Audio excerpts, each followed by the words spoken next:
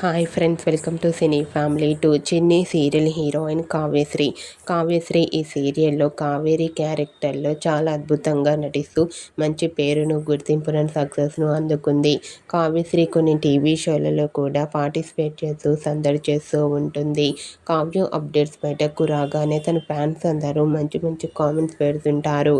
అయితే రీసెంట్గా చిన్ని సీరియల్ హీరోయిన్ కావ్యశ్రీ తన shooting and real life latest ఫొటోస్ని షేర్ చేసింది. ఆ ఫొటోస్లో కావ్యశ్రీ బ్యూటిఫుల్ లెహంగాలో చాలా చాలా అందంగా కుదరపు బొమ్మలా కనిపించింది.